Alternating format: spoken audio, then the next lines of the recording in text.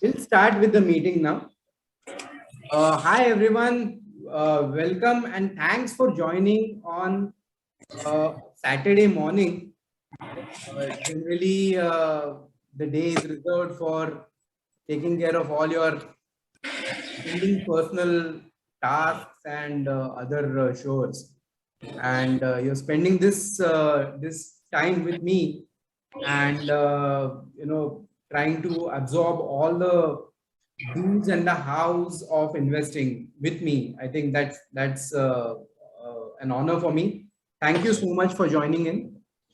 We have gone live on Facebook as well. So if anyone wants to revisit this webinar at any given point of time, you can straight away log into Facebook and you can refer that online on Facebook as well on my profile. You can just add me as a friend and you can watch that webinar on Facebook. So I'll just share my screen and I'll take you through some things which are in the PPT, and then there are certain things which are not in the PPT and which I'll take extempore. So let's get to it.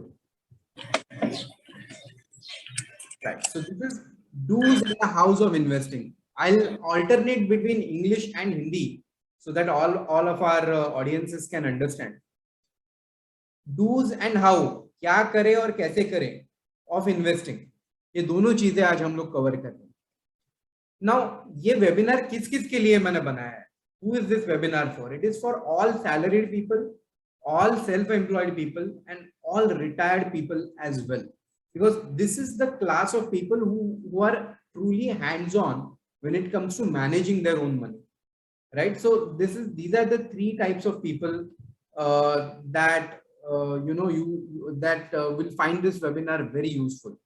Even housewives will find it very useful because again, they are in charge of managing their finances, the finances of their homes. So these are the four classes of people that would really find this webinar useful. Now, we also need to understand only a few basics of finance. We don't need to be an expert. We will not use a lot of jargon. We will not use a lot of terminology. Difficult words use नहीं करेंगे. बहुत आसान भाषा में ये सारा webinar होगा. और अगर कहीं पे भी कोई टेक्निकल टर्म आती है तो पहले वो मैं एक्सप्लेन करूंगा. वो एक्सप्लेन करने के बाद फिर हम लोग आगे जाएंगे. So this is how it will be. I will assume that at least some of you or many of you are fresh or maybe not that experienced when it comes to investing in many instruments like stocks and mutual fund. Or accordingly, I will explain all the terminology to you. And your potential takeaways, ये attend करके आपको मिलेगा क्या? So your takeaways are कि आपका जो portfolio का return है, जो आप invest कर रहे हो year on year, obviously एक साल में आपको result पता नहीं चलेगा, तो 2-3 साल में आपको पता चलेगा कि आपको हर साल CAGR 2 से 3% ज्यादा return मिला है. These are the kind of tips that will benefit over a period of 3 years or 3 years plus. This is the kind of effect that this webinar could have on your portfolio. So stay tuned. सब ध्यान से सुनिएगा और आपके कुछ भी queries हो, कुछ भी doubts हो, feel free to type that in the chat box. हम लोगों ने लास्ट में Q&A सेशन रखा है. It is a freewheeling Q&A session. आप कुछ भी सवाल पूछ सकते हो and we will be happy to answer all of that. So let's go about what this webinar does not cover. Now, what this webinar does not cover is unregulated assets like cryptocurrency. अभी तक भारत सरकार ने crypto currency या virtual digital assets को सिर्फ इस हद तक रिकॉग्नाइज किया है कि भाई इस पे टैक्स कलेक्ट करना है. ये अगर बेच के कोई प्रॉफिट कमाता है तो इस पे 30% टैक्स मारो. This is the only kind of recognition that government of India has given to crypto assets. Otherwise, हमें अभी तक पता नहीं है कि इंडिया में ये चीज सिक्योरिटीज हैं नहीं है, तो उनको कौन से कायदे लगते हैं. अगर कुछ फ्रॉड कर दिया आगे चलकर क्रिप्टो करेंसी में तो हम लोग कौन से एक्ट के अंडर कंप्लेंट करें ये भी नहीं पता. सब कुछ मतलब कुछ भी क्लियर नहीं है क्रिप्टो करेंसी. तो I am not covering that part. I am also not covering Nidhi and chit fund investments. I'm not covering corporate fixed deposits, and I'm not covering the sophisticated alternative investment fund, कुछ लोग paintings में invest करते हैं, wine की बोतल में तक invest करते हैं, कुछ लोग अलग अलग बैंक से बंडल किए हुए बैंक लोन्स का एक बंडल बना के उसमें इन्वेस्ट करते हैं, जैसे अमेरिका में करते हैं। तो वो सारी चीजें हम लोग कवर नहीं कर रहे। We are sticking to basic things that people like you and me invest in, right? One disclaimer, this is this webinar is intended for awareness and educational purpose. तो इसमें मैं कोई इन्वेस्टमेंट एडवाइस नहीं दे रहा हूँ। This is not intended to be an investment advice. आप कुछ भी इन्वेस्टमेंट करने से पहले एक बार आपके सीए को या आपके फाइनेंशियल एडवाइजर को जाके मिलिए और उनसे सलाह करने के बाद इन्वेस्ट करिए। But I am giving you certain ideas which you will definitely find useful. अभी let's get to the webinar का content, the main content.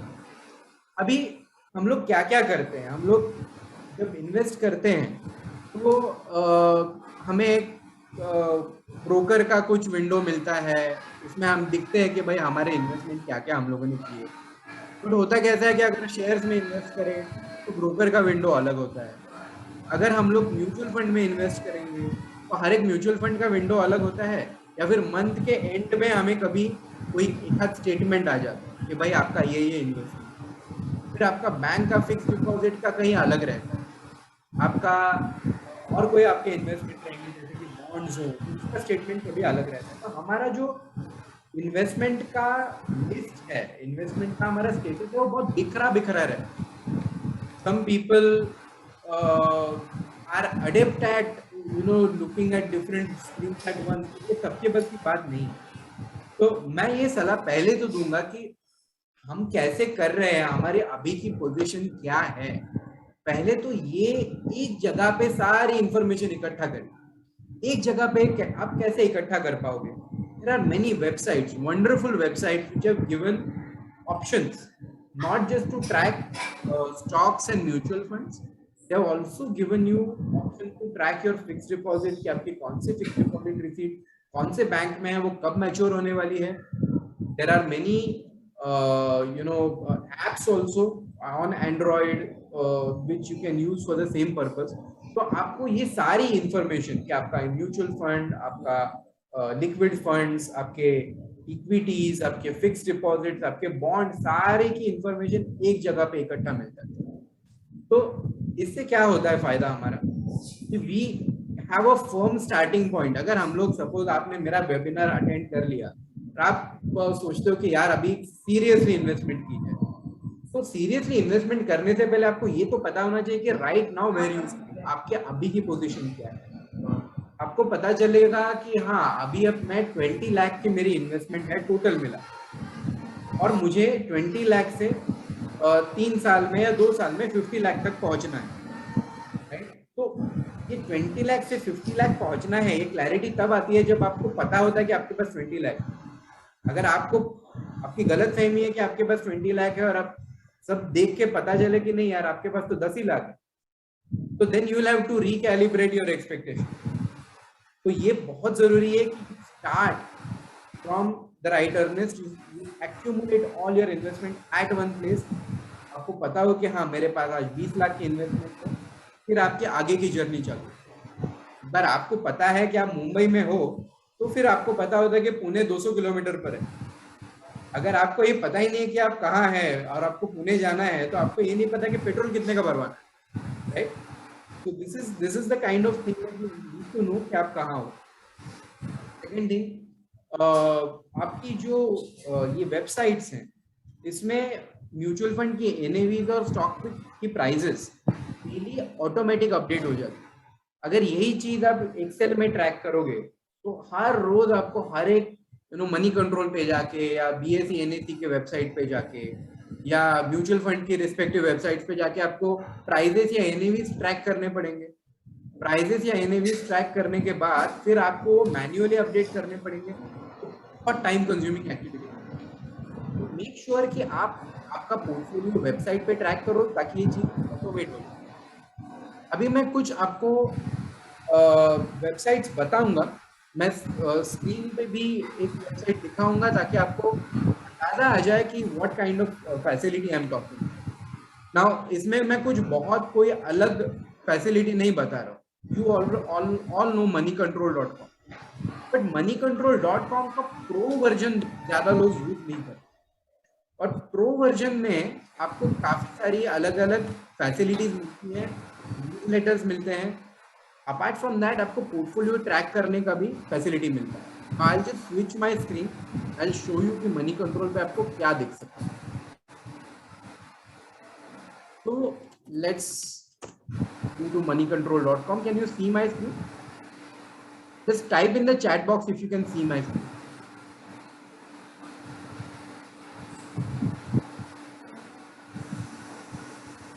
All right, so let's go to the portfolio section of MoneyControl. आप यहाँ पे देख सकते हो कि portfolio में माय एसेट्स, इसमें अनरियलाइज्ड गेन्स, रियलाइज्ड गेन्स सब लिखे हुए हैं। अपार्ट फ्रॉम दैट इसमें stocks, mutual funds, ULIPs, gold bullions, fixed income जैसे कि बॉन्ड वगैरह रहते हैं, वो सारी चीजें, आपकी प्रॉपर्टी, आपके दूसरे एसेट्स भी सारी चीजें यहाँ पे कवर हो रही है। यहाँ तक कि आपके बोरोइंग्स, मतलब आपने अगर किसी को लोन दिया हुआ है, अदर बोरोइंग या जो भी, मतलब it's not a formal loan, informal loan हो सकता है, वो भी यहाँ पे आप ट्रैक कर सकते हैं। तो ये एक ही जगह पे ना आपको ये सारी चीजें मिल जाती है कि आपका कॉस्ट कितना है, आपका लेटेस्ट वैल्यू कितना है, तो फिर आपका आज का गेन कितना हुआ, इसमें से रियलाइज कितना, अनरियलाइज कितना, ये सारी चीजें आपको एक जगह पे जब दिखती है तो आपको ये टोटल जाके पता चलता है कि आपकी टोटल इन्वेस्टमेंट कितनी है और आपने कितना प्रॉफिट किया, कितना लॉस किया। So this is very useful technique for knowing where to start and where you have started. Money control के अलावा there is a website called Perfios also, which charges a nominal fee of something like 500 rupees per year, and it allows you to track all your investments. Apart from that, Ind Money is also an app as well as a website which has come up with fantastic features to track your investment. आप इसमें से investment कर भी सकते हो, but right now what I am recommending is the tracking feature of. End of course अगर आप जीरोधा पे हो तो जीरोधा में आपको अपना पोर्टफोलियो या फिर आपका वॉच लिस्ट आप अपडेट कर सकते हो और उसमें आप ये सारी चीजें करें। There are many paid options which are available, but the point is कि आप अपना इन्वेस्टमेंट ट्रैक करने से पहले या रात इन्वेस्टमेंट जर्नी शुरू करने से पहले make sure you consolidate all your investment eight. So let's get to the next. Acha, how many of you have already done this? I would like to know from you, how many of you have already started tracking your investment on some platforms? Just type me in the chat box.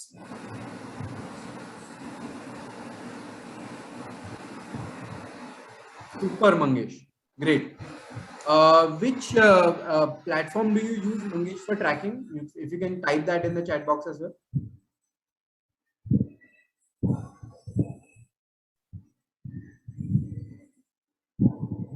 Okay, Dharmendra, you're not tracking. Acha, you're using Zerodha and Grow.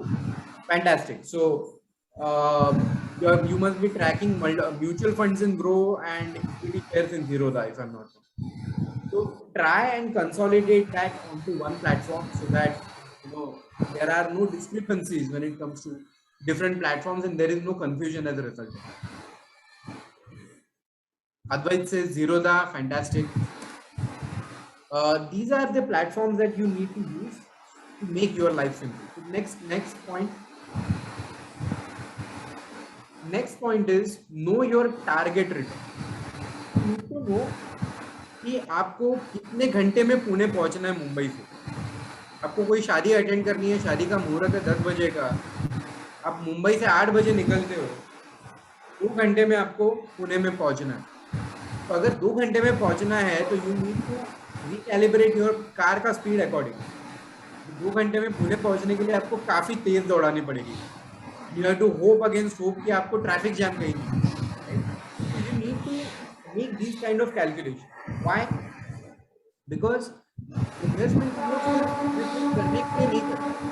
Investment से आपके काफी जुड़े रहते हैं life से, काफी goals जुड़े रहते हैं। मुझे 10 साल के बाद मेरे बच्चों की शादी करानी है, या 5 साल के बाद उनका हायर एजुकेशन कराना है, या मैं 15 साल के बाद रिटायर हो रहा हूँ, या फिर मुझे 2 साल में कोई बड़ा वर्ल्ड टूर करना है। ऑल दीज मे बी मुझे घर खरीदना है, मुझे कार खरीदनी है, this kind of goals, all of them are attached to your investment. और आपको अपनी इन्वेस्टमेंट उस टाइम तक, अगर आपको 3 साल के बाद घर खरीदना है, you need to make sure कि आपकी इन्वेस्टमेंट इस तरह की हो जो 3 साल में रिटर्न दे। कुछ शेयर्स ऐसे रहते हैं जो बहुत अच्छे रहते हैं, बट वो सीड्स की तरह रहते हैं, बीज की तरह रहते हैं। आप आज बोओगे, उसको पानी डालोगे, सब करोगे, और आपको 3 साल में फल नहीं देंगे। उसको, उसके लिए आपको 10 साल रुकना पड़ेगा, 10 साल के बाद वो एकदम बड़ा आम का पेड़ बन जाए। बट ये आपको भूख 3 साल के बाद लगने वाली है, तो वो बीज का आपको कोई यूज नहीं है, right? So you need to understand that, and you need to zero in on the assets that will give you money when you want, not the kind of investment that will give returns anyhow, but जब उनकी मर्जी हो आपको return देंगे। आपको ऐसे assets नहीं चाहिए। You need to pair your assets and your goals together. 3 साल में मुझे इतने पैसे चाहिए, ये एसेट 3 साल में पैसे देगा, वेरी वेल, जोड़ी जम गई, शादी हो गई। This is how you need to approach your portfolio. So knowing your target returns aids in shortlisting of instruments। जैसे मैंने कहा कि 10 साल वाला आपको यूजफुल नहीं है तो आप रिजेक्ट कर दोगे, 3 साल वाला आप शॉर्टलिस्ट कर दोगे। And it also helps to minimise your investment risk, क्योंकि आपको अगर पता चला कि यार मुझे अगर एवरी ईयर 9% अगर मैं अर्न करूं, तो अगले 6 साल में जितने पैसे इकट्ठा होंगे उसमें मेरा गोल फुलफिल हो जाएगा 6 साल वाला। तो मुझे ऐसा कोई एसेट में इन्वेस्टमेंट करने की जरूरत नहीं है ज्यादा रिस्क लेके, जो मुझे ज्यादा रिस्क लेने के बाद 15% दे, राइट? शेयर्स होते हैं, कुछ म्यूचुअल फंड जैसे कि स्मॉल कैप म्यूचुअल फंड होते हैं, those are considered risky, they are very rewarding, but they are very risky as well, and you don't want that kind of risk on certain goals that you have। तो आप बोलते हो कि ठीक है, मुझे अगर 9% से मिलने वाला है, मुझे 15% वाला चाहिए ही नहीं। will you invest your money in 9% वाला instrument, get the money that you want at that point of time, and you can manage your risk। अगर आपको पता चला कि आपके पैसे ज्यादा कहीं वोलाटाइल मार्केट से गुजरे ही नहीं, by and large they have been linear, that gives you comfort कि मुझे अगर कभी भी जरूरत पड़े तो मैं पैसे निकाल सकता हूँ, राइट? सो ऐसे एसेट्स में अब जब एक्चुअली आपको पता होता है कि आपको कितना टका रिटर्न चाहिए, you can recalibrate your risk according. तो आपका यह क्वेश्चन एड्रेस हो जाता है कि मैं जब चाहूं पैसे निकाल सकता हूं। ये स्मॉल कैप में या इक्विटी शेयर्स में जरूरी नहीं है कि हमेशा हो कि आप जितना डालो उतना मिल जाए।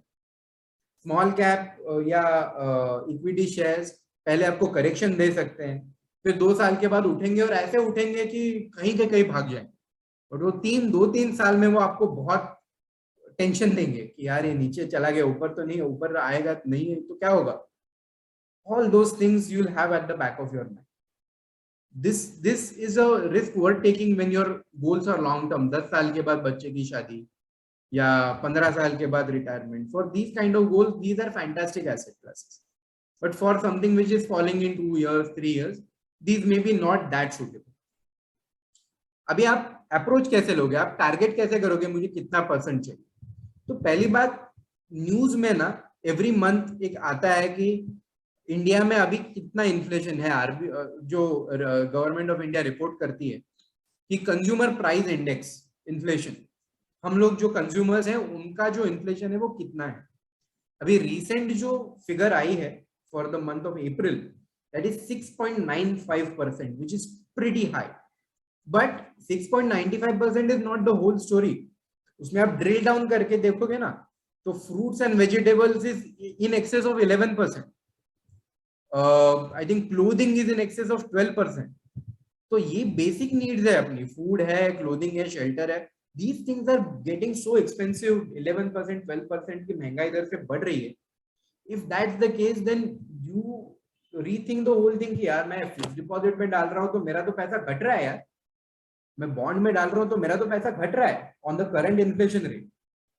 और ये इन्फ्लेशन तो फिर भी आपको जो अभी आप कंज्यूम कर रहे हो, अभी आप जो पैसा स्पेंड कर रहे हो उतना इक्विवेलेंट लेवल पे आने तक आपकी मदद करेगा। मतलब आज आप फूड पे 100 रुपया खर्च कर रहे हो तो 1 साल के बाद शायद वो 111 रुपया खर्च करना पड़ेगा, ये हिसाब है।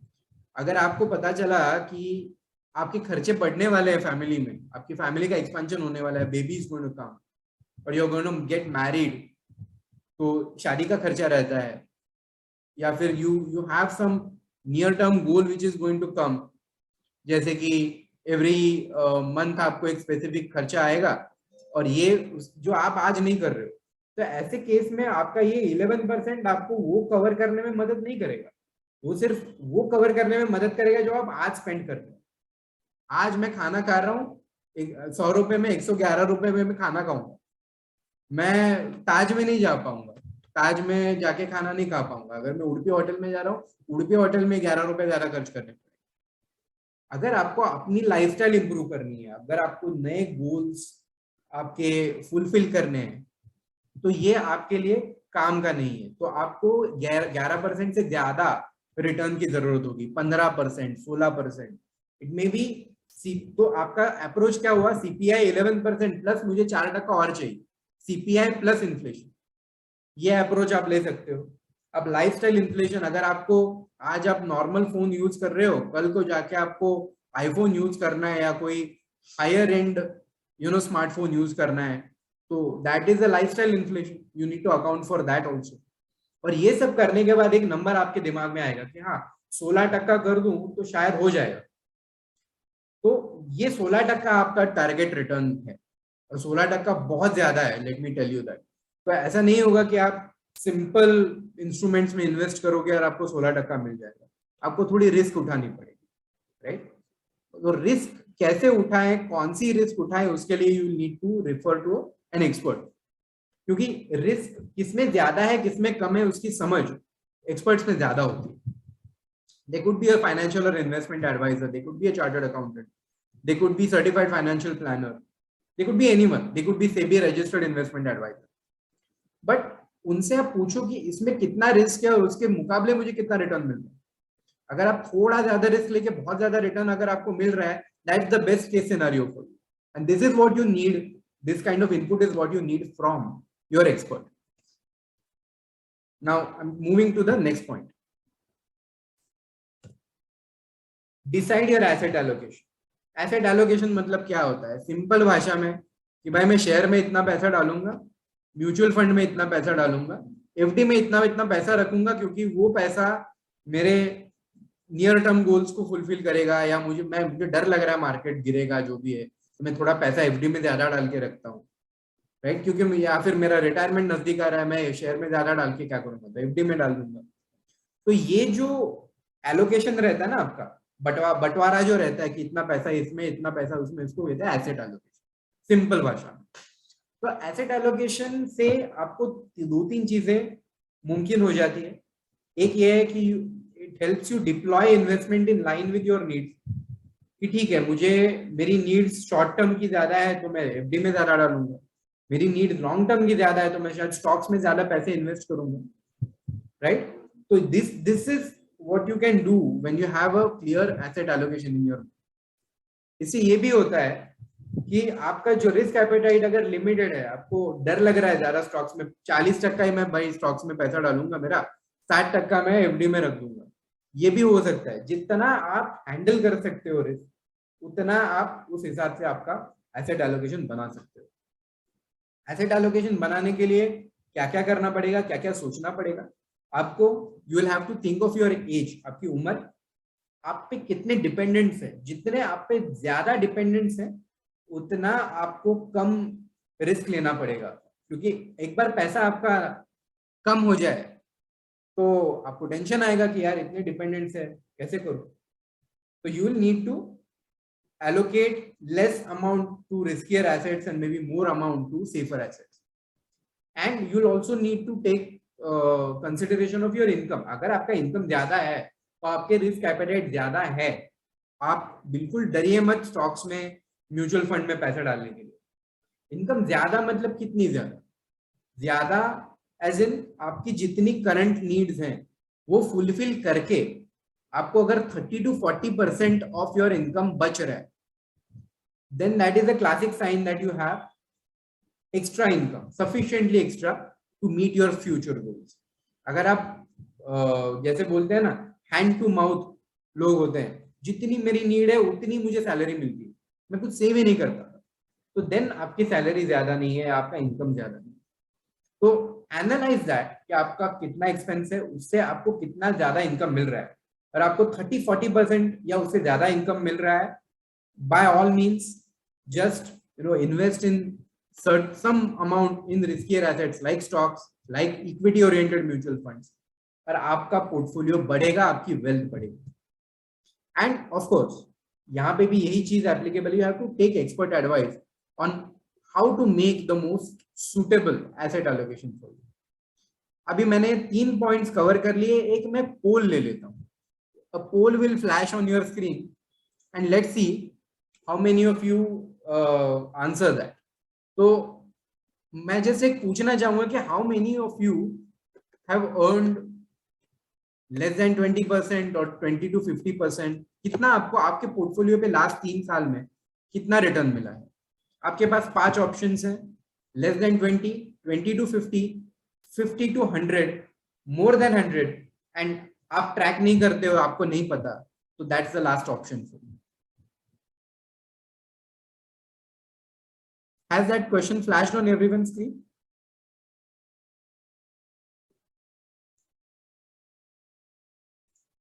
Okay. Okay, now the poll has been launched.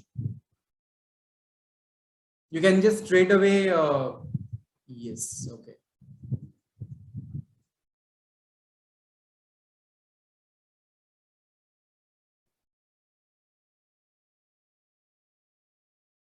I think there are 9 more people who need to, yeah, okay. Now that count is increasing. Okay, I'll just close the poll in maybe 5 seconds. Okay, super. Now I'm ending the poll. Let me share the results. The results are very interesting. एक ही बंदा है जो बोल रहा है कि भाई मुझे 50 to 100% इंक्रीज मिला है ऑन माय पोर्टफोलियो. तो मैंने 2019 में 100 रुपया इन्वेस्ट किया, आज की तारीख में वो या तो 150 है या फिर 200 है.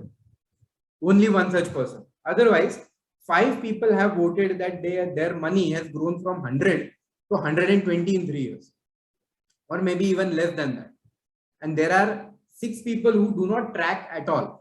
So 50%, 42% and 8%. This is the breakup that we have. तो मेरा जो फर्स्ट पॉइंट था that you don't track your investment, start tracking. Start tracking through money control, start tracking through Perfios, start tracking through Zerodha. You'll get benefit as to how much money you need and where you can invest. ये पूरा clarity आपको आ जाए. And जो less than 20% वाले हैं उनके लिए जो मेरा लास्ट पॉइंट था, decide on your asset allocation. आपको शायद थोड़ा ज्यादा एलोकेट करना पड़ेगा to higher yielding assets like equities, to mutual funds, so that your less than 20% in 3 years वाला return will go to more than 20%. Normally अभी we were unfortunate or fortunate that we faced with Covid pandemic. तो Covid pandemic की वजह से लोगों का portfolio बहुत गिर गया 2020 में, बहुत टूटा. बट टूटने के बाद वो उतने ही फेरोशियसली बढ़ गया 1 साल में. लोगों को डबल ट्रिपल जो बोलो रिटर्न्स मिलना चालू हो गया if they were smartly invested in the stock market. कुछ लोगों ने क्या किया कि यार मेरे पास पैसा तो थोड़ा पड़ा है, मैं थोड़ा और स्टॉक्स में डाल देता हूँ, मार्केट इतना गिर गया है, वैसे भी बेच तो नहीं सकता, जो मेरे पास है मैं एवरेज कर लेता हूँ. तो वही चीज जो मेरे पास है मैंने थोड़ा और पैसे डाल के थोड़ा और बढ़ा ली.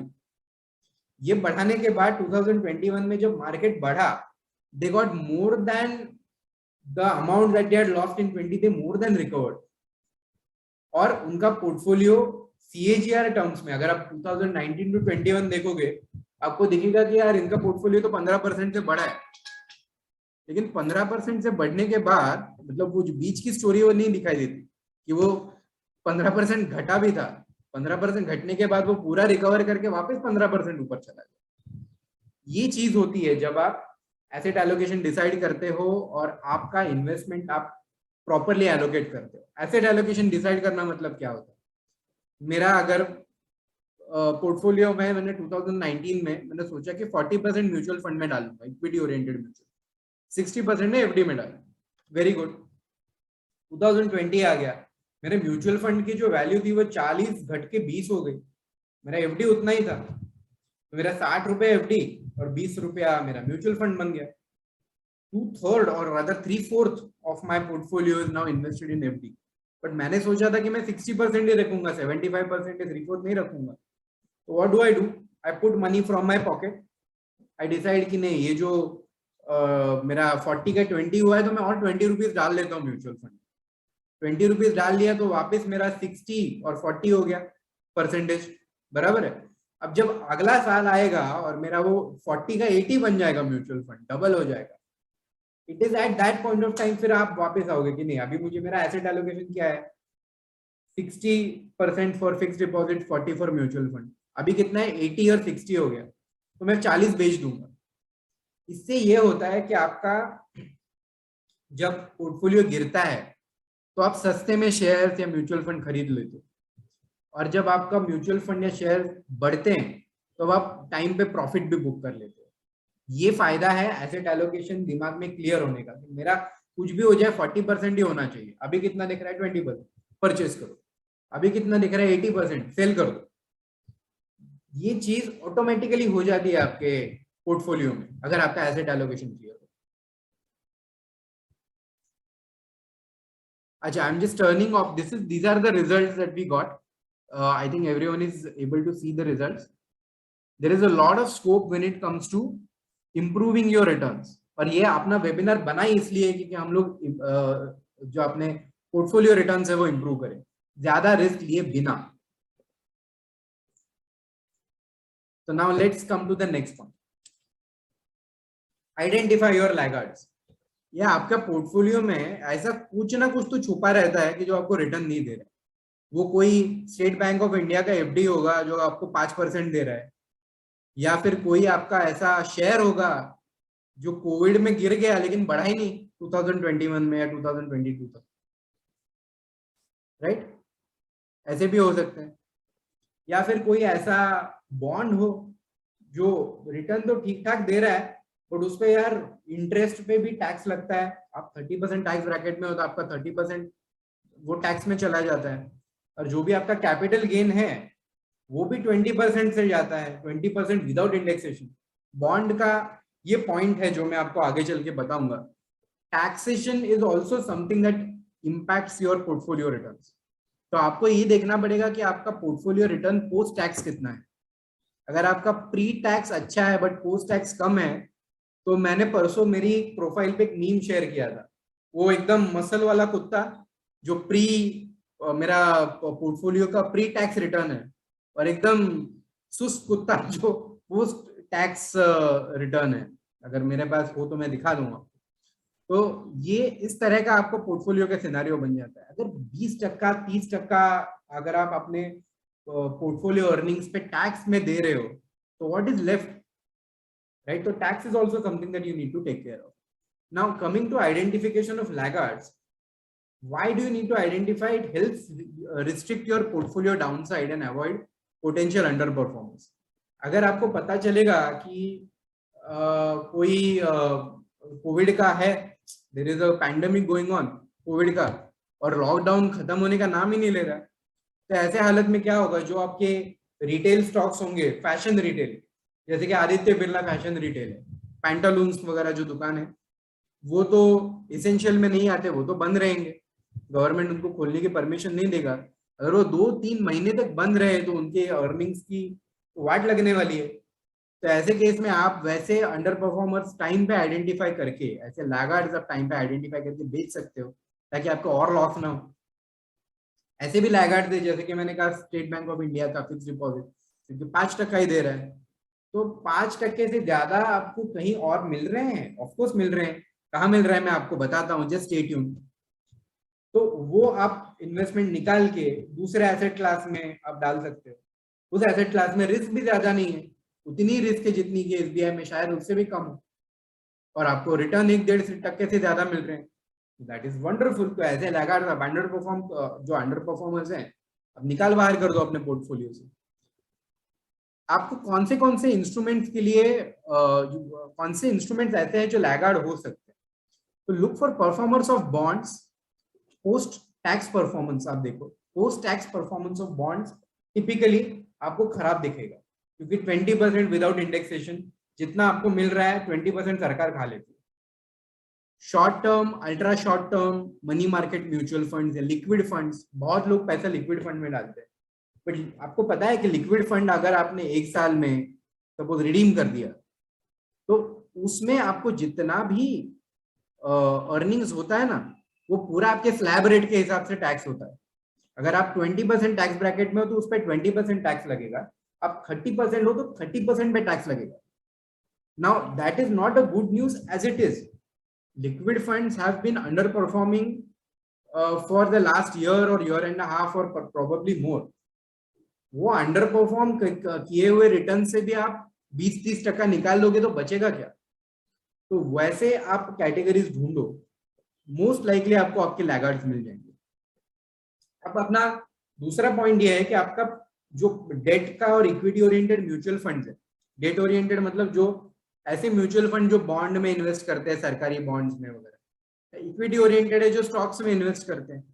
तो वो जो म्यूचुअल फंड्स हैं उनको आप कंपेयर करो कि आपका टारगेट रिटर्न कितना है। अभी हम लोगों ने जो पिछली साइड में देखा था कि आपको तो 16% चाहिए या आपको 15% चाहिए।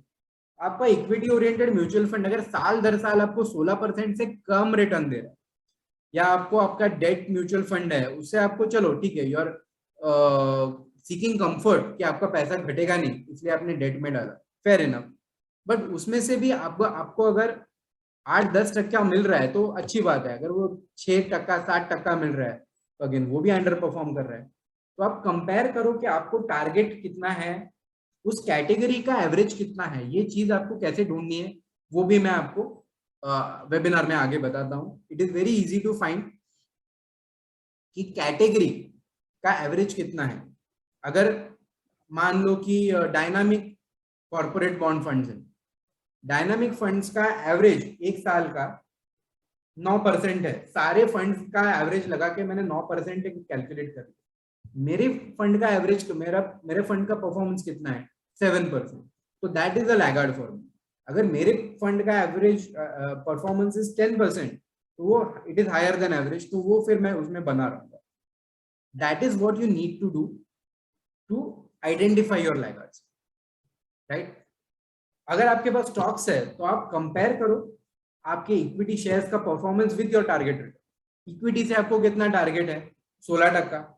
तो आप देखो कि आपको साल दर साल आपके इक्विटी शेयर कितना दे रहे हैं। अगर आपका स्टॉक 16% से या 17% से या 20% से बढ़ेगा तो it is matching your expectation.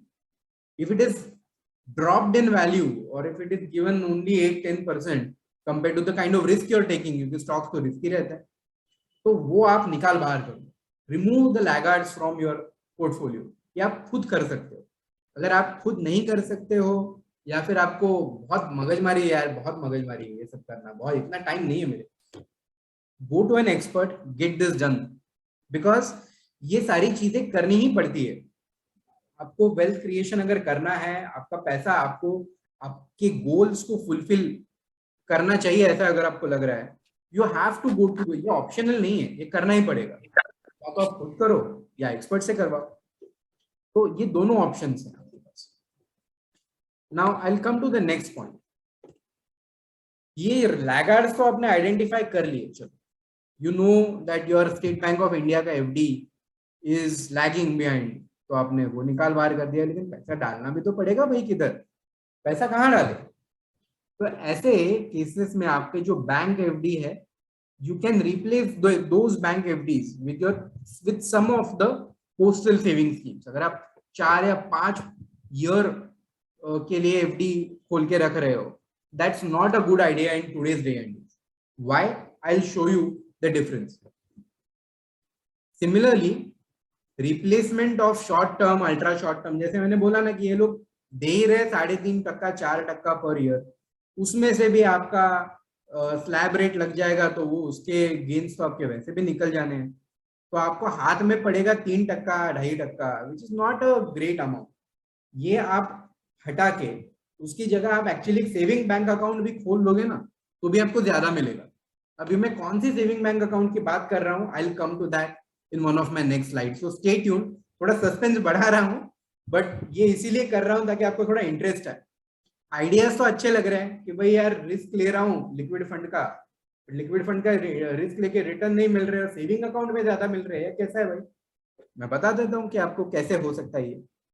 ऐसे काफी अच्छा, और एक पॉइंट है कि काफी यूलिप्स होते हैं जो इंश्योरेंस अलग अलग प्राइवेट सेक्टर कंपनीज आपको देती है कि डेट यूलिप रहते हैं।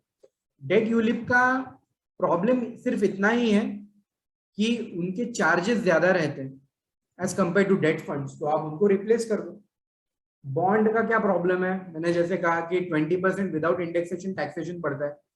डेट म्यूचुअल फंड में आपको 20% विथ इंडेक्सेशन है, तो आपको टैक्स में आप बचाते हो पैसे, राइट? तो आप ये डेट यूलिप को रिप्लेस कर दो विथ डेट म्यूचुअल फंड्स, या फिर आप बॉन्ड्स को रिप्लेस कर दो with debt mutual funds. Replace all the poorly performing equities and mutual funds with well performing. ये तो कॉमन सेंस पॉइंट लग रहा है, बट ये एक्चुअली इंप्लीमेंट करना बड़ा टफ है। Poorly performing equities and mutual funds, आपको है ना प्यार हो जाता है स्कीम से, इक्विटी से, यार मैंने ये बहुत रिसर्च करके इक्विटी शेयर लिया हुआ है, या आज नहीं तो कल बढ़ेगा, तो मैं बना रहता हूँ उसमें। तो आपको पता होता है कि आपको पुअरली परफॉर्मिंग इक्विटी निकालनी है पोर्टफोलियो से, लेकिन दिल आ चुका होता है उस पर, आप हटा नहीं पाते हो। ये मत करो, B ruthless with your portfolio. If it is under performing, cut that out of your portfolio. Similar is the case with mutual funds. There are many mutual funds which need to be weeded out of your portfolio. हो सकता है कि एक साल में वापस बढ़ जाए, बट आपका अगर कैपिटल आप अगर बचा सकते हो, वॉरेन बफेट का एक फेमस कोट है कि when investing, rule number 1 is never lose your capital, and rule number 2 is never forget rule number 1. Because capital protection is so important कि जितना आपका पैसा है आप कमाने जा रहे हो, गंवा के आ रहे हो, तो एटलीस्ट उतना तो मत करो। जितना पैसा है उतना रखो, कम से चलो 5-10% का डाउन साइड हो सकता है, मार्केट ऊपर नीचे हो सकता है। 5%, 10% का डाउन साइड आपने ले लिया, बट 5-10% से नीचे अगर आपके कंफर्ट जोन के बाहर जा रहा है, तो आपको बेचना पड़ेगा स्टॉक या बेचना पड़ेगा म्यूचुअल फंड। ये आप करो और उसको रिप्लेस करो या तो किसी दूसरे इक्विटी फंड से, या अगर आपको लग रहा है कि यार मार्केट तो नीचे ही जाने वाला है, तो कुछ दिन में एफडी में पार्क करके रखता हूं। Notice my words carefully, park करके रख रहा हूं। अब इन्वेस्ट नहीं कर रहे हो ज्यादा टाइम के लिए, 2 या 3 महीने, 4 महीने, 6 महीने एकदम आप पार्क करके रख रहे हो। पार्क करने के बाद जब आपको दिखेगा कि हाँ अभी मार्केट बॉटम आउट हो रहा है, आप एफडी तोड़ के वापस वो पैसा लेके आओ, जिससे कि आपका पैसा बचेगा, आपका डाउन साइड प्रोटेक्ट हो जाएगा। तो ये करना बेहद जरूरी है। Take professional help for balancing returns with taxes. अभी ये तो मैं बोल रहा हूँ कि बॉन्ड पे 20% विदाउट इंडेक्सेशन लगता है, लोगों को पता भी नहीं रहता इंडेक्सेशन विदाउट इंडेक्सेशन बोल क्या है। होता ये है कि भाई भारत सरकार जितना भी प्रॉफिट हम कमाते हैं ना, बॉन्ड पे कमाते हैं, म्यूचुअल फंड पे कमाते हैं, स्टॉक्स पे कमाते हैं, सब अर्निंग्स पे वो आपको टैक्स लगा देता है, प्रॉफिट पे आपको टैक्स लगा देता है। आपने शेयर 100 रुपए में खरीदा, 120 में बेचा, 20 रुपए पे आपको टैक्स देना पड़ेगा, राइट? यही चीज बॉन्ड के लिए भी एप्लीकेबल है, म्यूचुअल फंड के लिए भी एप्लीकेबल है। तो कितना टैक्स लगेगा उसका कैलकुलेशन गवर्नमेंट ऑफ इंडिया का अलग अलग है। बॉन्ड के लिए उसका कैलकुलेशन अलग है कि वो प्रॉफिट कैसे कैलकुलेट करेंगे। सिंपल वो 120 माइनस 100 नहीं कर देते, वो कुछ अलग अलग कैलकुलेशन, वो कभी 100 को 100 ही रखते हैं, कभी 100 को 110 करके 120 माइनस 110 10 रुपए पे टैक्स लगाते हैं। ये जो 100 को 110 करते हैं वो क्यों करते हैं? बिकॉज कुछ मामलों में गवर्नमेंट मानती है कि यार महंगाई बहुत ज्यादा है, तो आपने जो चीज 5 साल पहले 100 रुपए में खरीदी है, हो सकता है कि वो भी महंगाई की वजह से उसकी वैल्यू बढ़ गई हो। तो अगर महंगाई की वजह से वैल्यू बढ़ी है तो 110 रुपए हो गया आज के टर्म्स में, गवर्नमेंट का कैलकुलेशन लगा के, और आपने बेचा आज की तारीख में 120 में, तो 120 माइनस 110 10 रुपीज आपको प्रॉफिट होगा। बट ये चीज गवर्नमेंट हर जगह इस्तेमाल नहीं करती। गवर्नमेंट डेट फंड्स में इंडेक्सेशन अलाउ करती है, बट बॉन्ड्स में नहीं करती। बॉन्ड्स में बोलती है कि नहीं भाई, इसमें इंडेक्सेशन नहीं है अलाउड, अब इन्फ्लेशन इंडेक्स बॉन्ड खरीदो तब इंडेक्सेशन बेनिफिट देंगे, नहीं तो नहीं देंगे। तो आपको क्या करती है, 120 माइनस 100 पे टैक्स लगा देती है।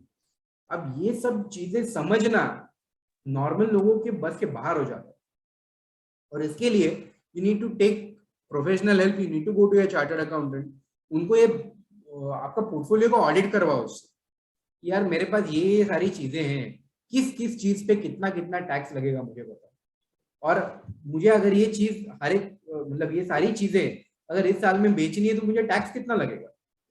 तो वो बोलेगा कि यार तुझे इतना इतना टैक्स लगेगा, फिर आप बोलोगे कि मैं क्या करूं ताकि मुझे टैक्स ना लगे, then they will give you some ideas, to certain extent आपका टैक्स बच जाएगा, राइट। तो ये, और ये अगर आप सलाह मशवरा आपने सीए से इन्वेस्टमेंट करने से पहले करो तो इवन बेटर, तो आप वहां पे बॉन्ड्स में इन्वेस्टमेंट करोगे ही नहीं, या फिर आपको इंडेक्सेशन बेनिफिट जहां पे नहीं है वहां पे शायद आप इन्वेस्टमेंट कम ही करोगे। तो ये सारी चीजें आप एडवाइस से करो, right. So this is the point about replacing laggards without adding risk. Now other do's, ये तो सारे डूज तो मैंने बता दिए, हाउ भी बता दिया मैंने कैसे करना, और डूज क्या है मैंने जैसे कहा, क्रिप्टो करेंसीज, चिट फंड्स, निधि, पदपेढ़ी, वो एक पॉपुलर ऑप्शन है लोगों का, पदपेढ़ी में इंटरेस्ट रेट ज्यादा मिलता है तो मैं क्रेडिट सोसाइटी में पदपेढ़ी में डाल देता हूँ। मत करो, जहां तक हो सके वहां पे इन्वेस्टमेंट करना अवॉइड करो। अगर अनअवॉइडेबल है तो ज्यादा पैसा मत डालो, 10-15 हजार 20,000 25,000 से ज्यादा पैसा उसमें मत रखो। This is my advice, because in सारी इन्वेस्टमेंट्स में जो अगर आप कहीं पे भी, एक तो रिस्क ज्यादा है, देयर आर मेनी इंस्टेंसेस कि क्रिप्टो करेंसी मार्केट अचानक एक दिन में 50% गिर गया, 60% गिर गया, ऐसे भी हो सकता है। क्रेडिट सोसाइटीज या पदपेढ़ी वगैरह बैंकरप्ट भी हो सकती है, हो चुकी है काफी बार, राइट। और उसपे कोई गवर्नमेंट ऑफ इंडिया का इंश्योरेंस भी नहीं रहता, बैंक्स में रहता है। 5 लाख रुपए तक के आपके डिपॉजिट्स सेफ है बैंक में, आज नहीं तो कल मिल जाएंगे क्योंकि गवर्नमेंट ने इंश्योरेंस लेके रखा है उस पर। बट ये पदपेढ़ी में नहीं रहता, निधि या चिट फंड्स में नहीं रहता, और लोगों के पैसे बर्बाद हो जाते हैं, कुछ नहीं मिलता। तो वो अवॉइड करो, ये जो अनरेगुलेटेड इन्वेस्टमेंट से अवॉइड करो। Subscribe to and get NSDL and CDSL का कैश स्टेटमेंट। अभी ये क्या है, जो आपको याद होगा तो मैंने पहले बोला था कि आप वेबसाइट्स का इस्तेमाल करो आपका पूरा पोर्टफोलियो ट्रैक करने के लिए एक जगह। NSDL और CDSL, ये जो दो ऑर्गेनाइजेशंस हैं, डिपॉजिटरीज हैं, ये इन्वेस्टर को एक एडिशनल ऑप्शन देती है। वो बोलती है कि आपका कैश मतलब आपका account statement, consolidated account statement cash, ये हम लोग आपको बना के देंगे एवरी मंथ।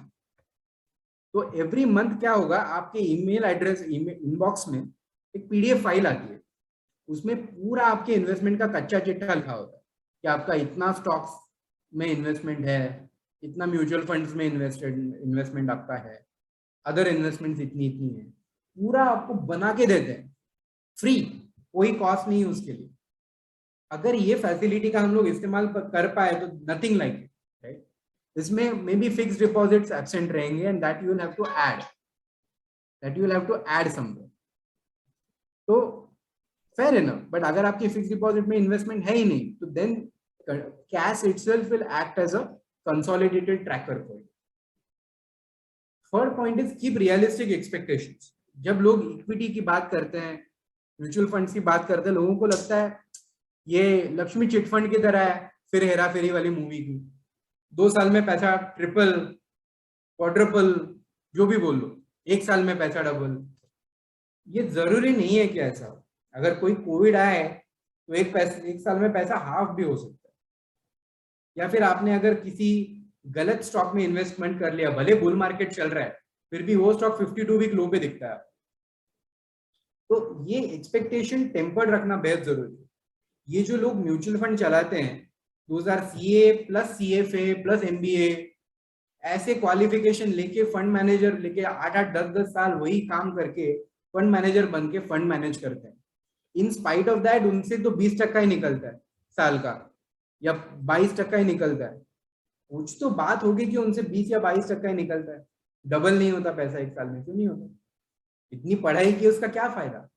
फायदा ये है कि they are avoiding undue risk. ये जो डबल वाला चीज है ना, ये बहुत डेंजरस है, क्योंकि it is like a coin toss. आपको लगता है ये चीज डबल होगी, 50-50 चांस होता है कि डबल होगी, कभी होगी कभी नहीं भी होगी। तो you are taking undue risk on your head. अगर फंड मैनेजर को लगता है देयर इज एन 80% चांस कि ये 22% बढ़ेगा, that is a far better bet to take. 80% chance है 22% बढ़ेगा, टेक माई मनी, क्योंकि मेरा पैसा बढ़ने वाला है। और वही बंदा जो 20% को कैसे टेक केयर करेगा? ठीक है, देर इज अ 20% चांस कि आपका पैसा उतनी लेवल पे रहे या 5% कम हो जाए। दैट्स अ साउंड रिस्क यार। 5% का लॉस और 22% का प्रॉफिट, आई टेक इट। तो ये इस टाइप के बेट्स लो, 50% chance of 100% and 50% chance of 50%, ये मत करो। Keep realistic expectations from your portfolio and invest in well performing mid and small cap funds. ये मैं क्यों बोल रहा हूँ? लार्ज कैप्स में क्या खराबी है? तो रिलायंस तो बढ़ रहा है, इन्फोसिस बढ़ेगा, विप्रो चलो नहीं अभी शॉर्ट टर्म में थोड़ा करेक्शन आ गया, बट ये एचडीएफसी तो बढ़ेगा। कितना बड़ा एचडीएफसी और एचडीएफसी बैंक का मर्जर का अनाउंसमेंट हो गया, बहुत ज्यादा बढ़ गया, बराबर है। बट कितना परसेंट से बढ़ेगा वो एक साल में? ये कंपनीज ऑलरेडी बहुत बड़ी हो चुकी है, 5 लाख करोड़ 4 लाख करोड़ के तो उनके वैल्यू है, मार्केट कैप 4 लाख करोड़ की कंपनी। उस पे आप बोल रहे हो कि ये तो मुझे 20% देगा, डबल देगा, मतलब आप इसेंशियली ये बोल रहे हो कि 1-2 साल में 4 लाख करोड़ का 8 लाख करोड़ का कंपनी बन जाए। This is not realistic. But what is realistic कि अगर कोई कंपनी 10,000 करोड़ की है, 5,000 करोड़ की, ये एक साल में 5 की 10,000 करोड़ हो सकती है क्या? ये हो चुका है, काफी बार हो चुका है, क्योंकि आपका जो बेस है ना, जहां से आप शुरुआत कर रहे हो 5,000 करोड़, वो कम है। तो 5 का 10 करना काफी सिंपल है, काफी आसान है। और ये 4 लाख करोड़ का 8 लाख करोड़ करना मतलब next to impossible, frankly speaking. ये रिलायंस ने 1-2 बार किया है, बट सबके बस की बात नहीं। और रिलायंस के भी बस की बात आज की तारीख में नहीं दिख रही, बहुत बढ़ गया है रिलायंस। तो इन्वेस्ट इन 5,000 करोड़ वाला स्मॉल मिड कैप स्टॉक्स की बात नहीं कर रहा हूँ, फंड्स की बात कर रहा हूँ। ठीक है, तो ऐसे फंड्स हैं जो बड़ा रिसर्च करके ये 5-10 हजार करोड़ वाले कैटेगरी के अच्छे स्टॉक्स लाके रख देते। एक स्टॉक था जो 2020 टू 2021 के बीच में बढ़ा था, उसका नाम था quant small cap fund. Quant small cap fund का नाम पहले ज्यादा लोगों ने सुना नहीं था, नया फंड है रिलेटिवली। ठीक है, स्कॉट फंड करके उन्होंने टेक ओवर कर लिया था और अपना फंड और स्कॉट की स्कीम्स मिला के अभी वो चला रहे। 2020 में हार्डली कुछ लोगों ने, गिने चुने लोगों ने पैसा रखा हुआ उनके पास। एक साल में ये क्वांट स्मॉल कैप फंड ने 150% रिटर्न दिया, 150%, या शायद थोड़ा उससे ज्यादा हो। तो ये कैसे मैनेज किया उन्होंने? तो उन्होंने ना स्मार्टली ऐसे स्टॉक ढूंढे। कोई एक न्यूलैंड लैबोरेटरीज करके था, एक स्टाइलैम लैमिनेट्स करके था, ये स्टॉक ढूंढे उन्होंने। और ये ढूंढने के बाद उसमें उन्होंने तिगुना चौगुना उनका पैसा हुआ एक साल में। वही इतने हाई लेवल का रिसर्च करने के बाद ये स्मॉल कैप फंड 150% रिटर्न दे पाया पूरे पोर्टफोलियो। 100 रुपए आपने 2020 में डाला होता, 250 रुपए बन जाए 2021 में। अभी ये एक ही म्यूचुअल फंड ऐसा है कि जितने इतना दिया, स्मॉल कैप फंड इतना नहीं देते 150% वगैरह, थोड़ा कम देते हैं, 70-80% दे सकते हैं, 50% दे सकते हैं। बट लार्ज कैप फंड का परफॉर्मेंस कितना होता है? 20%, 18%, कितना होता है? क्योंकि 4 लाख से 8 लाख होना पॉसिबल, मतलब डिफिकल्ट है, 5,000 से 10,000 होना ज्यादा आसान है। यही लॉजिक है जिसकी वजह से आपको मिड कैप और स्मॉल कैप फंड्स में थोड़ा पैसा रखना चाहिए। ये रिस्की भी है, क्योंकि ये क्वांट स्मॉल कैप फंड ने पैसे डुबाए भी है लोगों को। डुबाए मतलब डुबाए नहीं है, बट वैल्यू उसका कम हुआ है। अभी जिसका पेशेंस खत्म हो गया कि यार पैसा डूबता हुआ दिख रहा है, मैं बेच दिया, तो नुकसान हो गया उसका। अगर वही बंदा बना रहता तो उसका पैसा रिकवर भी हो जाता और काफी प्रॉफिट भी हो जाता। बट ये साइकोलॉजी का आपको ध्यान रखना पड़ेगा कि स्मॉल कैप में रिस्क और रिटर्न दोनों ज्यादा है, लार्ज कैप में रिस्क और रिटर्न दोनों थोड़ा कम है, राइट। बट आपको थोड़ा आपके खाने में जैसा अचार होता है साइड में थोड़ा टेस्ट बढ़ाता है, मिड कैप और स्मॉल कैप फंड भी अचार की तरफ साइड में रख दो, आपका टेस्ट बढ़ाएगा खाने का, गारंटी है। अभी मैं आपको ऑल्टरनेटिव दूंगा, मैं बोल रहा था ना आपको कि रिप्लेस करो, लैगार्ड्स को रिप्लेस करो, कौन सी चीज को रिप्लेस करे कौन सी चीज के साथ, मैं 2-3 आपको टिप्स देता हूं, उसके बाद में I will come to the next point. Alternatives for debt products. अभी डेट प्रोडक्ट्स में सबसे डेट में डेट प्रोडक्ट्स कौन से रहते हैं? सबसे फिक्स डिपॉजिट रहते हैं। फिक्स डिपॉजिट पर्टिकुलरली अगर आपके नेशनलाइज बैंक्स या स्ट्रॉन्ग प्राइवेट सेक्टर बैंक जैसे कि ICICI, HDFC, Kotak Mahindra bank भी फॉर दैट मैटर, अगर आपके पैसे वहां पे इन्वेस्टेड है फिक्स डिपॉजिट में तो 5%, 4.5% पे इन्वेस्ट, 5 साल के लिए भी रखूं तो स्टेट बैंक ऑफ इंडिया है ना 5.40% देता है, 5 साल के लिए मैं फिक्स डिपॉजिट अटका के रख रहा हूं वहां पर, फिर भी only 5.40% in today's day and as far as today's control.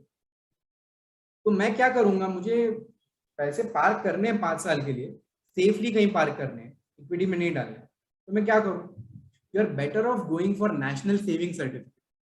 National saving certificate आपके पोस्ट ऑफिस में मिल जाता है, उसका करंट रिटर्न चल रहा है 6.8% पर, 6.8% और 5.4% में आपको 1.4% का स्ट्रेट इंक्रीज मिल रहा है।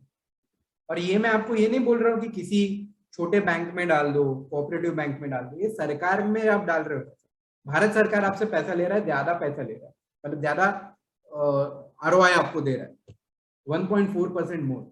आपका स्ट्रेट अवे आपका एफडी अगर 5 साल का है, टैक्स सेवर है तो आप वैसे भी तोड़ नहीं पाओगे, लेकिन रिसेंटली अगर आपने नॉन टैक्स सेवर एफडी में पैसा रखा है, it's high time to reconsider that decision, shift that into national saving certificate. Even जो पोस्ट ऑफिस का टर्म डिपॉजिट है 5 साल का, वो भी 6.7% देता है। तो जरूरी नहीं है कि आप 5.4 सेफ्टी के लिए कि एसबीआई में पैसा सेफ रहेगा, बस ये सोच के अगर आप एसबीआई में पैसा रख रहे हो आपका घाटा हो रहा है, आप ये पैसा पोस्ट में लगा दो 6.7 6.8% में, आपका पैसा भी सेफ है, आपको रिटर्न भी ज्यादा मिल रहे हैं। ना सेकेंड टिप, मैंने बोला ना ये short term ultra short term जो फंड्स हैं, मैंने थोड़ा रिसर्च किया, मेरे पास कहीं से डंप निकाला मैंने, just bear with me for 1 minute.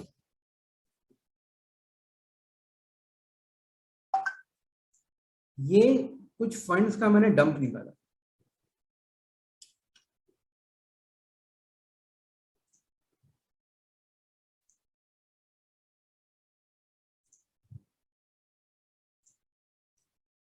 या तो इसमें क्या हो रहा है, काफी ऐसे,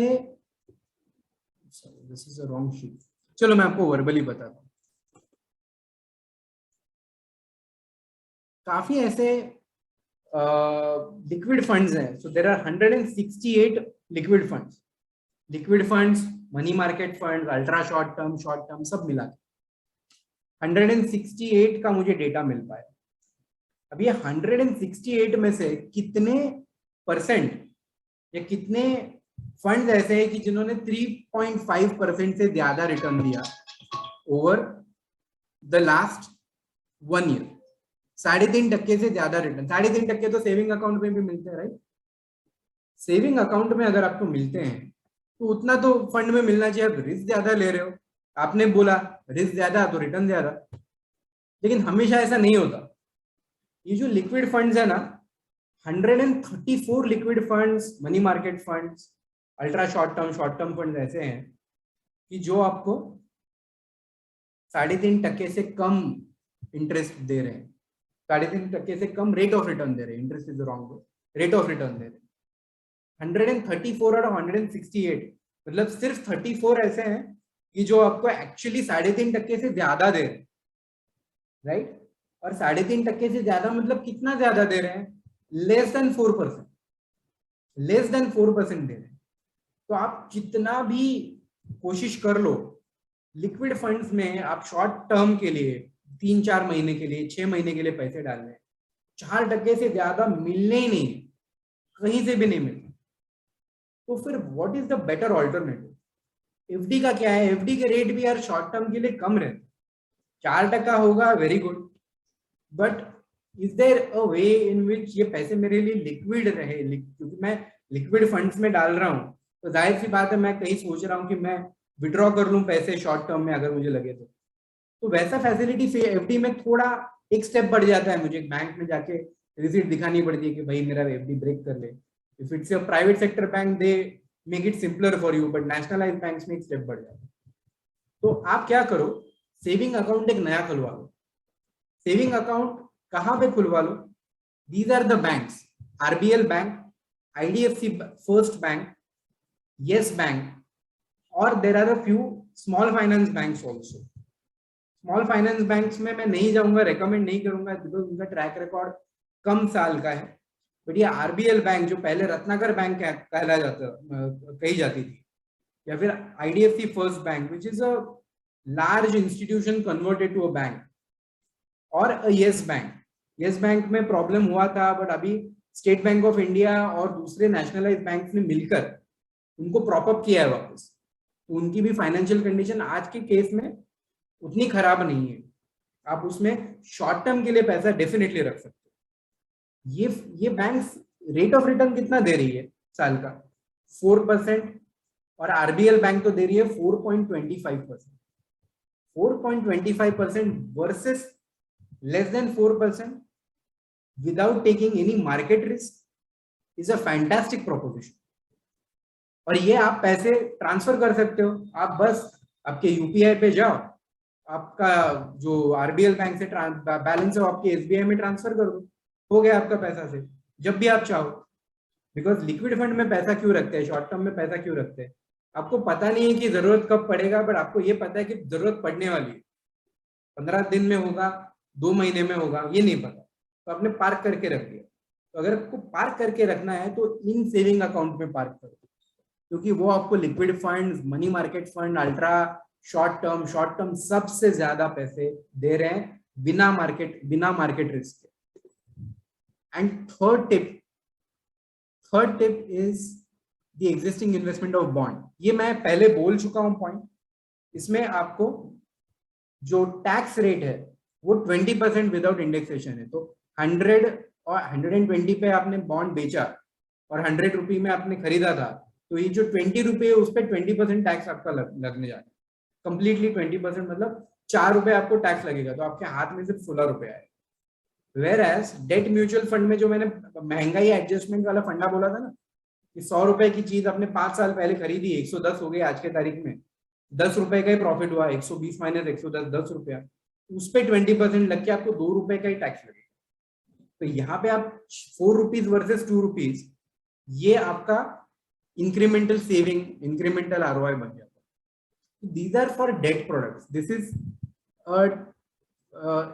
इसको लो हैंगिंग फ्रूट्स कह सकते हैं। बहुत आसान है यहाँ पे आपको रिटर्न ज्यादा लेना, ज्यादा रिस्क लिए बिना, राइट? सिंपल है, सिर्फ यहाँ से पैसा यहाँ पे डाल दो, सिमिलर रिस्क प्रोफाइल है। In fact ultra short term fund से तो सेविंग अकाउंट ज्यादा सेफ है। रिस्क उतना ही रख के कम करके आप रिटर्न ज्यादा ले।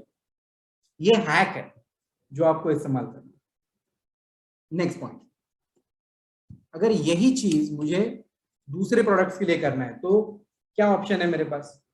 अगर आपका पैसा लार्ज कैप फंड्स में, ये पॉइंट भी मैंने कवर किया था कि लार्ज कैप फंड आपको 20%, 18%, 16% दे रहे हैं, लेकिन आप कन्विंस नहीं हो पा रहे हो, आपका दिल नहीं है कि मिड और स्मॉल कैप में ज्यादा रखे, कोई बात नहीं। ऐसे फंड्स भी है जो लार्ज कैप के अलावा मिड और स्मॉल कैप फंड्स में भी थोड़ा पैसा डालते हैं। मतलब 60% पैसा आप लार्ज कैप में लगा दिए, 20% पैसा मिड कैप में, 5% पैसा स्मॉल कैप में, और बाकी का जो 15% है वो कैश। ऐसे भी फंड्स हैं आज के तारीख में। तो वो फंड्स कितना दे रहे हैं और लार्ज कैप फंड्स कितना दे रहे हैं, जस्ट कंपैरिजन देखिए। लार्ज कैप फंड का लास्ट 3 साल का मीडियन रिटर्न, मीडियन का मतलब एक तरह का एवरेज ही रहता है, तो एवरेज रिटर्न अगर मैं बोलूं 12.69% था पर एनम या एनुअलाइज्ड रिटर्न्स। और वेयर एज ये जो large and mid cap funds है जो 60, 20 और 5% वाला फंडा यूज करते हैं, वो फंड्स 15.21% रिटर्न दे चुके हैं ओवर द लास्ट 3 इयर्स। क्या ये ट्रेंड कंसिस्टेंट है या सिर्फ ये लास्ट 3 साल की बात है? लास्ट 3 साल में उन्होंने आपको 2.5%, 2% या 2.5% ज्यादा दिया। हो सकता है कि ये 2.5% ना हो, 1.5% हो, बट ट्रेंड यही है कि आपका लार्ज कैप फंड जो कि आपके बड़ी बड़ी कंपनीज में पैसा लगाता है, रिलायंस, इन्फोसिस, एचडीएफसी, सिर्फ उन्हीं में पैसा लगाता है। और लार्ज एंड मिड कैप मतलब ये बड़ी कंपनीज के अलावा थोड़ी मिड साइज की है, छोटी कंपनीज में भी पैसा लगाता है। तो ये जो दूसरा वाला है, ट्रेंड ये है कि वो थोड़ा ज्यादा 1-1.5% कंसिस्टेंटली एक्स्ट्रा देगा, तो आप इसमें पैसे डालिए। अच्छा, और एक चीज है, अगर आप चाहते ही नहीं हो कि चलो मुझे इसमें एक्सपोजर ही नहीं चाहिए, मिडिल स्मॉल कैप में एक्सपोजर नहीं चाहिए, लार्ज कैप में एक्सपोजर चाहिए, तो लार्ज कैप में एक्सपोजर चाहिए लेकिन मुझे large cap fund, equity fund से ज्यादा पैसा चाहिए, क्या ये पॉसिबल है? ये भी पॉसिबल है। लास्ट 1-2 सालों में या 3 सालों में कहा जाए, there are equity index funds. Index fund मतलब क्या होता है? आपसे पैसा लेते हैं बट वो फंड मैनेजर अपना दिमाग नहीं चलाता, वो देखता है कि सेंसेक्स क्या है, सेंसेक्स मतलब 30 स्टॉक्स है, 30 स्टॉक का सेंसेक्स बनता है। कौन से 30 स्टॉक है? जो सबसे बड़े 30 स्टॉक है अपने मार्केट में, उनका सेंसेक्स बनता है। बस मैं उन्हीं स्टॉक्स में पैसा लगा दूंगा। कितना कितना पैसा किस किस में लगाओगे? तो सेंसेक्स में भी, सेंसेक्स में क्या है, कैसा है कि मैं 5% पैसा इन्फोसिस में लगाऊंगा, 4.5% टीसीएस में लगाऊंगा, 6% रिलायंस में लगाऊंगा, ऐसे उनके परसेंटेजेस होते हैं सेंसेक्स में। तो बस वही परसेंटेज में मैं आपका पैसा उन्हीं शेयर्स में लगा दूंगा, मैं अपना दिमाग नहीं चलाऊंगा। ये फंडा रहता है इंडेक्स फंड। और ईटीएफ भी सिमिलर रहता है, वही फंडा रहता है। तो डीटीएफ और इंडेक्स फंड में फर्क इतना है कि ईटीएफ स्टॉक मार्केट में शेयर्स की तरह ट्रेड होते हैं, इंडेक्स फंड ट्रेड नहीं होते, बस इतना ही फर्क है। बाकी उन्हीं स्टॉक्स में उसी परसेंटेज में आपका पैसा लगा, बिना फंड मैनेजर ने अपना दिमाग लगाया। तो उन्होंने कितना पैसा दिया लास्ट 3 साल में? अगर आप देखोगे तो 12.69% for large cap equity funds, 13.37% over the last 3 years. 13.37, 12.69, रफली 0.7-0.8% ज्यादा रिटर्न मिल रही। क्या ये कंसिस्टेंट ट्रेंड है? Unfortunately yes.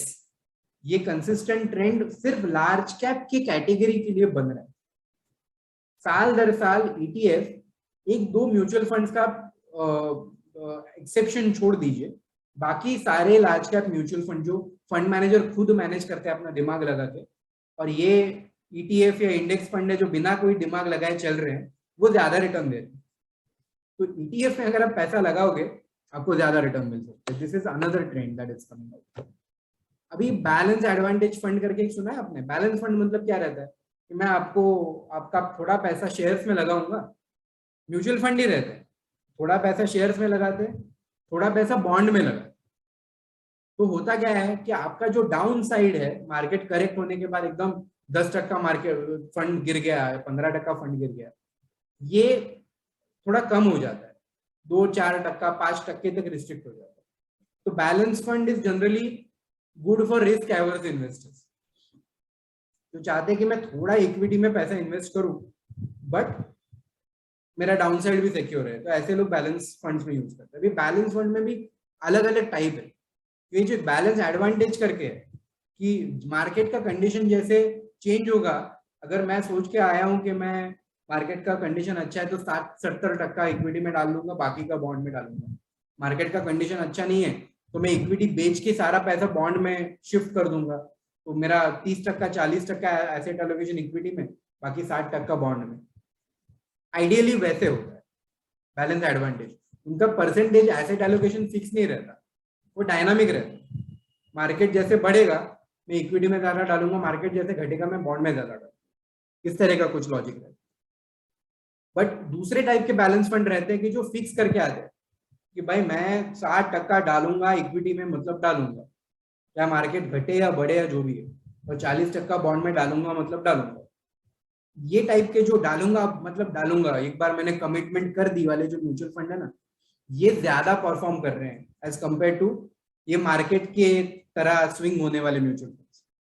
तो ये जो बैलेंस एडवांटेज जो मार्केट के साथ स्विंग होने वाले शेयर्स हैं, रादर म्यूचुअल फंड्स हैं, उन्होंने कितना कमाया? 9.33% कमाया median return over the last 3 years. ये एवरेज में निकाल के बता रहा हूँ।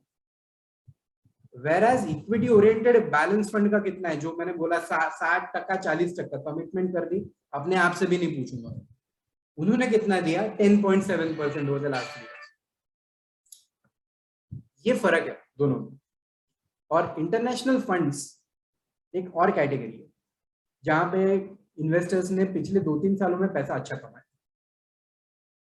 तो ये कितना कमा रहे हैं? 10.53% कमा रहे हैं। बट ये सारे नेटफ्लिक्स, गूगल, फेसबुक यहाँ पे इन्वेस्टमेंट कर रहे हैं। तो ये फंड्स में अगर आप इन्वेस्टमेंट करते तो 3 साल में आपको 10.53% मिलते इंटरनेशनल सारी कंपनीज में इन्वेस्टमेंट करते। बट प्रॉब्लम ये हुआ है कि बीच में फेसबुक का शेयर एक दिन में 25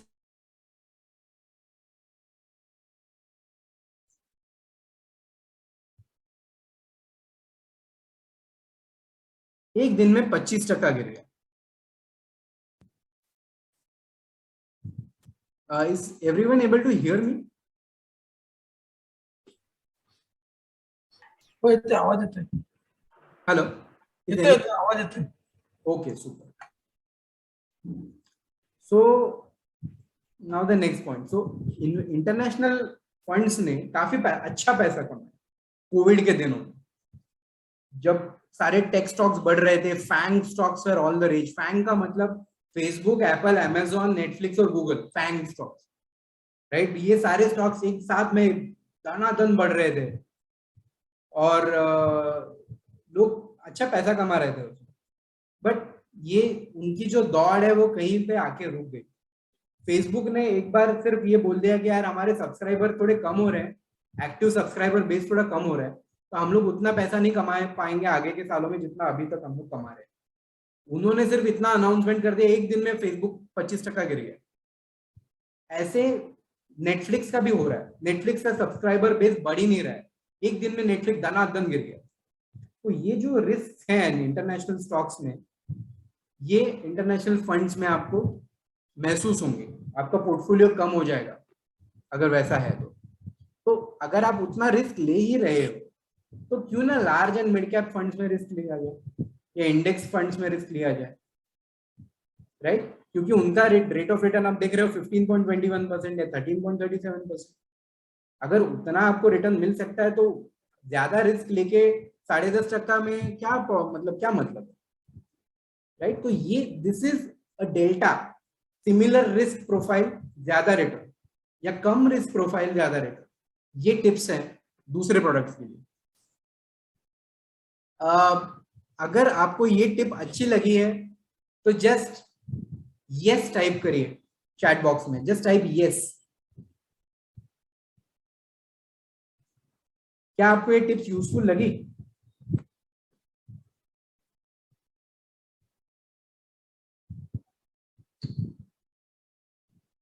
super super super super, thank you. अच्छा, अभी मैं एक और पोल रन करता हूं।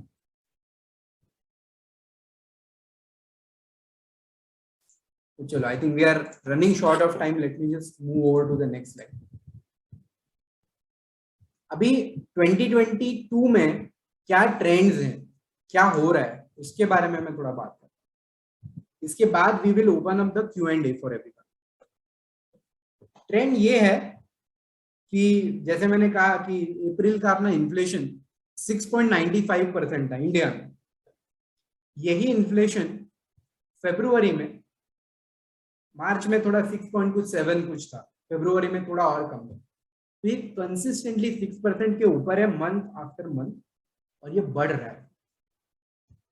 और अभी क्लाइमैक्स ये आ रहा है कि अप्रैल का अभी जो इन्फ्लेशन का आंकड़ा आएगा ना, there is every possibility that it will be higher than 7%. 7% inflation से भी ऊपर, और ये इंडिया का इन्फ्लेशन है।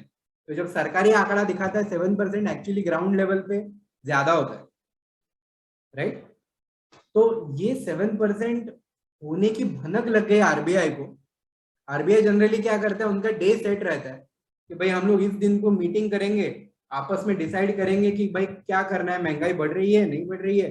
महंगाई अगर आपको लगेगा कि बढ़ने वाली है तो आपका रेपो रेट ऊपर कर दो, आपका रिवर्स रेपो ऊपर कर दो। ये सारी चीजें आप न्यूज में पढ़ते हो, आरबीआई ने रेपो रेट बढ़ाया, आपके लोन महंगे होंगे। जरूरी नहीं है कि हमेशा महंगे होते हैं, बट काफी बार हो सकते हैं। या फिर आपके डिपॉजिट के रेट बढ़ेंगे, अगेन जरूरी नहीं है कि हमेशा हो, बट आरबीआई ये बढ़ा के एक तरह से इन्फ्लेशन कंट्रोल करने का ट्राई करती है, क्योंकि बैंक की कॉस्ट बढ़ जाती है। बैंक जब पैसा आरबीआई के पास रखता है तो बैंक की कॉस्ट बढ़ जाती है। तो ये कॉस्ट बढ़ने से कॉस्ट प्रेशर बढ़ेगा, फिर मार्जिन बढ़ाने के लिए मुझे मेरे इंटरेस्ट रेट बढ़ाने पड़ेंगे, और इंटरेस्ट रेट एक बार बढ़ गए तो जो लोग कर्जा लेके चीजें खरीदते हैं उनका थोड़ा कम हो जाएगा, एंथुसियाज्म थोड़ा कम हो जाएगा, और फिर वो जो चीजें खरीदते हैं उनका सेल कम हो जाने के बाद प्राइस कम हो जाएगी। ये सब इनडायरेक्ट फंडा है रेपो रेट बढ़ाने के पीछे। तो आरबीआई ने 3-4 दिन पहले की बात है, अपने न्यूज में पढ़ा होगा, कोई फिक्स दिन नहीं था उनका मिलने का, और उनको भनक लग गई कहीं से कि इन्फ्लेशन का आंकड़ा 7% के ऊपर आने वाला है। वो मिले, अनशेड्यूल्ड मीटिंग हुई, और अचानक से दांड करके डिक्लेयर कर दिया 40 बेसिस पॉइंट से रेपो रेट बढ़े रातों रात। ये क्यों किया उन्होंने? बिकॉज इंडिया का इन्फ्लेशन 6.95 रहा नहीं है, 7 के ऊपर चला गया, उनको भनक लग गई। अभी कुछ दिनों में आंकड़े आ जाएंगे 10-15 मई तक, फिर आपको पता चल जाएगा कि आरबीआई ने क्यों रेट बढ़ा। अगर ये इन्फ्लेशन का हाल इंडिया में है, बाहर की क्या हालत? बाहर में ही यही हालत है, ये इंडिया स्पेसिफिक प्रॉब्लम नहीं है। यूएसए में 4 डेकेड हाई इन्फ्लेशन चल रहा है, 4 डेकेड, 40 साल में इतना इन्फ्लेशन यूएस में नहीं था। हम लोग 7%, हाँ 7% इन्फ्लेशन ठीक है ऐसा बोल के छोड़ देते। यूएसए में 7% मतलब आग लग जाती है, गवर्नमेंट सत्ते में आ जाता है, वहां के गवर्नर्स है वो आपातकालीन मीटिंग वगैरह सब बना लेते हैं कि यार क्या करें, इसको कैसे मैनेज करें। तो अमेरिका ने भी लास्ट वीक में ही अपने इंटरेस्ट रेट बढ़ा दिए, और अभी यूरोप की बैंक्स भी इंटरेस्ट रेट बढ़ाने जा रही है। तो ये हर एक कंट्री में, यूएस में 4 डेकेड हाई इन्फ्लेशन है, इंग्लैंड में भी I think 3 decade high inflation है, सब में इन्फ्लेशन चल रहा है। इन्होंने जब मंदी आई थी 2008-2009 के दौरान, भी बहुत सा पैसा सिस्टम में इन्फ्यूज किया था, बहुत ज्यादा, जिसकी वजह से आज महंगाई बढ़ रही है। और उन्होंने वो चलाते चले गए, ऐसे नहीं कि 2008-9 में कर दिया चुप बैठ गए, साल दर साल पैसा डाल रहे। तो इतना पैसा जाके कहीं तो सेटल होना है, तो अभी वो अपने रोजमर्रा की चीजों में आ रहा है। तो इन्फ्लेशन की वजह से क्या होगा, इंटरेस्ट रेट बढ़ेंगे तो क्या होगा, कर्जे महंगे हो जाएंगे, कॉर्पोरेट्स के भी कर्जे महंगे हो जाएंगे, तो प्रॉफिट घटेगा तो प्राइस भी घटेगी स्टॉक्स की, और स्टॉक मार्केट करेक्ट होंगे।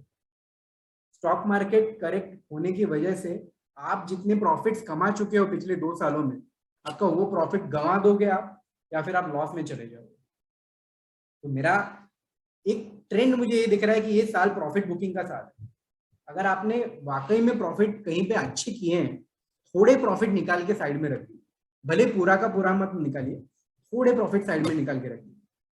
और जो स्टॉक्स, वो जो पैसा है उसका क्या करोगे आप?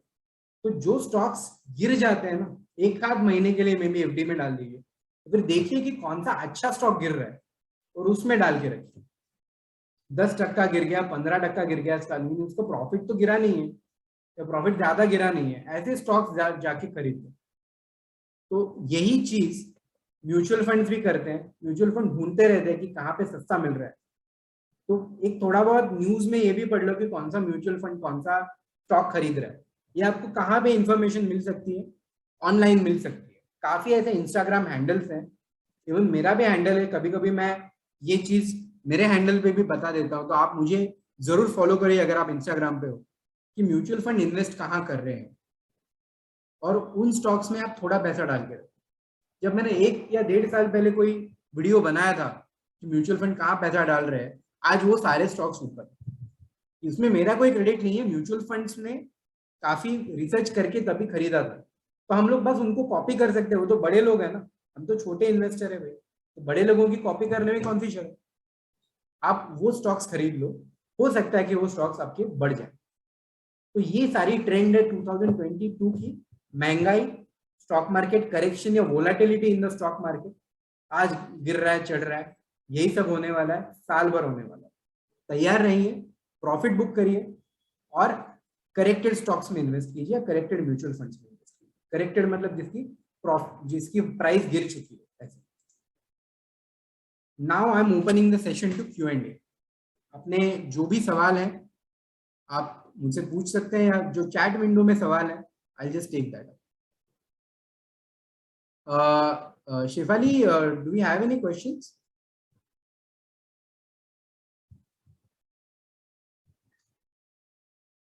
ओके, मुझे एक क्वेश्चन अद्वैत अनासपुरे से आया है।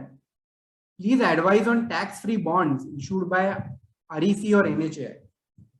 Okay, so REC and NHAI दो टाइप के टैक्स फ्री बॉन्ड्स इशू करते हैं। Tax free is a layman's term so to speak. दो टाइप के बॉन्ड रहते हैं जहां पे आपको टैक्स में कुछ बेनिफिट मिल सकता है। एक वो होता है जो कैपिटल गेन टैक्स बचाते हैं आपका।